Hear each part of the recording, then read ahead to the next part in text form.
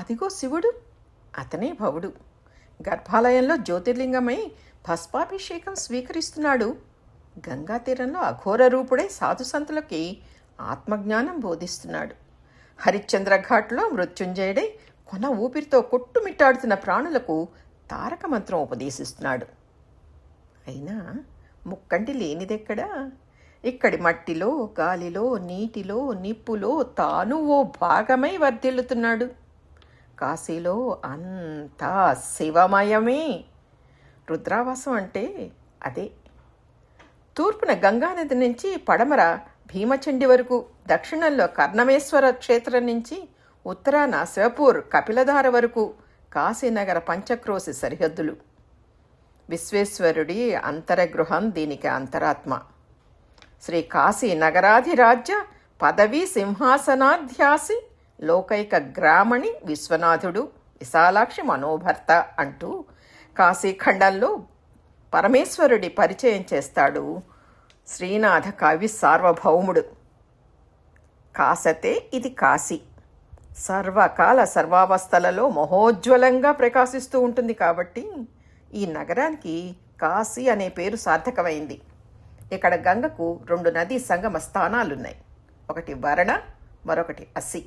అలా వారణాసి అనే పేరు స్థిరపడింది. తెల్లదొరల ఆనవాలు బెనారస్.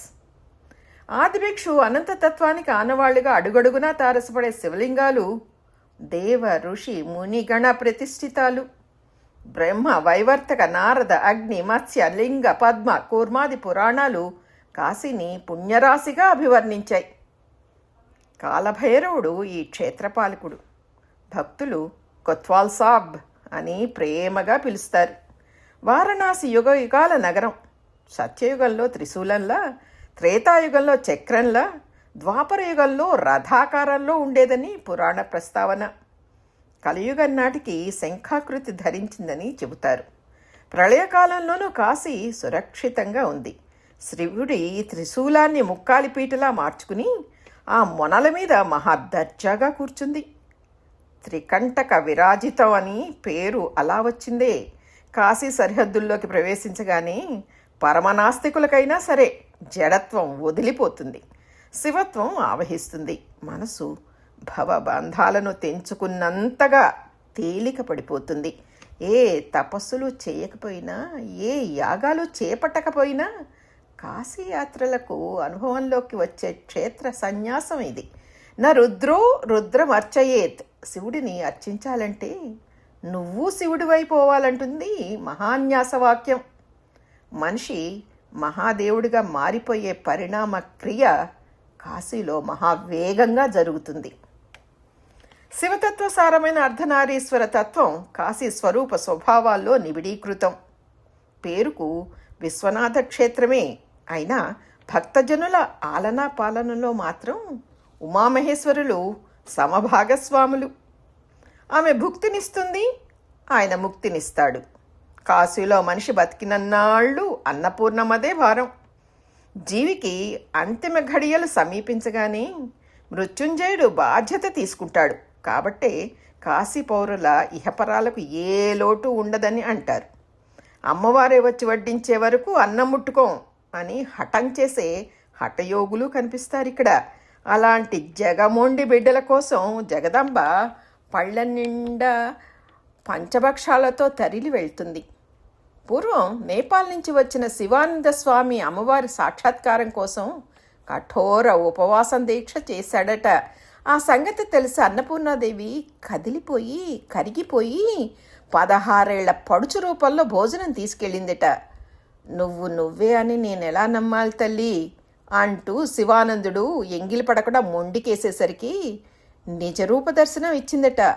ఎంత భాగ్యమో కదా. అదే ఆ యోగికి ఆఖరి భోజనం.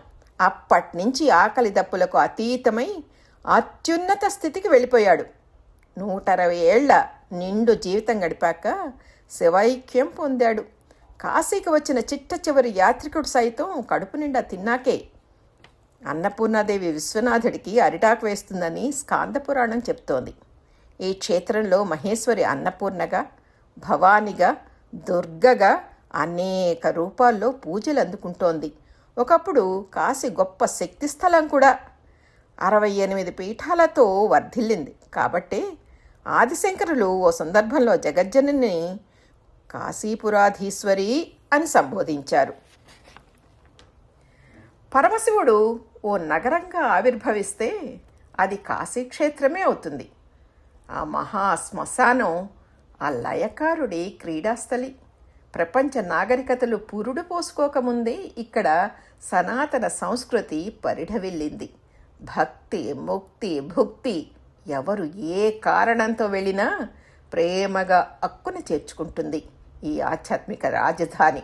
మొత్తంగా శివతత్వ తేజో రాశి మన కాశీ. మనసును ఉప్పొంగింపచేసే ఈ రచన చేసిన వారికి భక్త్యంజలి. ఇది శివరాత్రి నాటి ఈనాడు అనుబంధం నుండి గ్రహించాను.